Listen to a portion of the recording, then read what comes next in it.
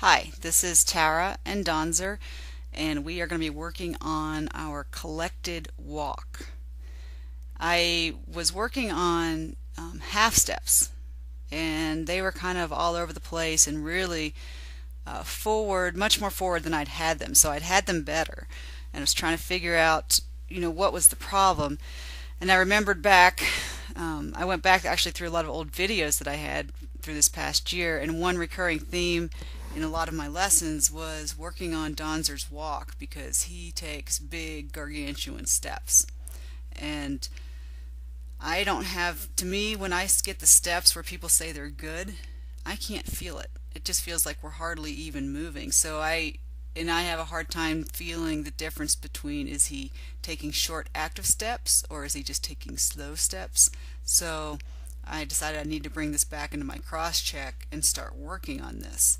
So you can see right here I'm asking Donzer to shorten his steps, and he kind of, here he's getting pretty rhythmic, but he gets kind of all over the place. So he's taking like a short step with the left hind, and then the right hind he takes a bigger step, because what I'm doing is I'm playing with the half halts. I'm playing with trying to squeeze, okay, what if I squeeze my left butt cheek and then my right butt cheek and then maybe use just a little bit of rein. So I'm kind of playing with all of the different buttons to see, what's going to help communicate. And the other part of this process is it's almost like there's two different rides going on when you're trying to do collected walk, because you want to stop the forward motion across the ground, but you don't want to lose the activity. And the first thing that Donzer does when I ask him to try to take small steps is he starts just trying to slow down. And I have to say, no, I don't want you to slow down. And so then I ask him to speed up, and then he wants to dive forward. Then the other aspect of this is I'm now asking Donzer to be collected and through over his back. So instead of just letting the reins be super long, I'm saying, okay, here's the connection. I want you to touch that connection. And so I am trying to separate the aids. So I'm using my spur to say lift your belly and engage your back and move your body from your tail all the way to your pole and be through. But that doesn't mean go faster or have any relation to the ground that we're covering.